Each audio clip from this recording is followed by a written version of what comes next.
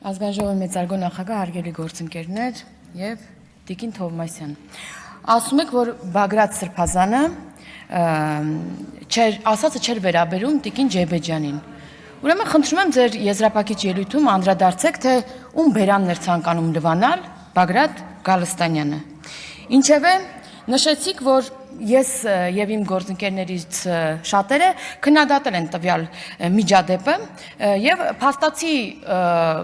հաստատում եք, որ մենք երկակի ստանդարտներ չունենք։ Այսինքն մի դեպքի վերաբերյալ տարբեր մոտեցումներ չունենք եւ այդ մեր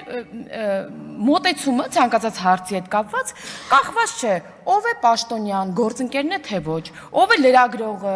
կուսակցության փողերից է սնվում, թե մյուս կուսակցության փողերից է սնվում։ Եվ առհասարակ ոչ էլ կախված է նրանից, թե տվյալ լրագրողը ինչպես է ընկալում տվյալ իրավիճակը։ Դու արտահայտվում ես այն դիրքերից, թե ինչպես ես դու զգում այդ իրավիճակը։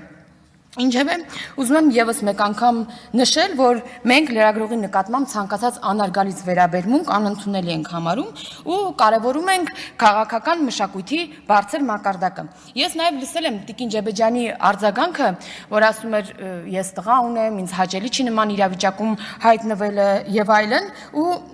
հիմա հասկանում եք, չէ, Տիկին Ջեբեջյան, որ այս իրավիճակը դարձել է քաղաքական շահարկման թեմա։ Եվ ինչի համար ես անկեղծորեն ձեզնից ներողություն եմ խնդրում եւ կոչ եմ անում եւ իմ գործընկերներին, իմ կուսակցության եւ ընդդիմադիր գործընկերներին հանգիստ թողել Տիկին Ջեբեջյանի հետ կապված դրվագը եւ չշահարկել եւ քաղաքական դիվիդենդներ չհավաքել այս իրավիճակի հետ կապված։ Չմոռանաք հավանել տեսանյութը եւ բաժանորդագրվել Civic AM-ի YouTube-յան էջին։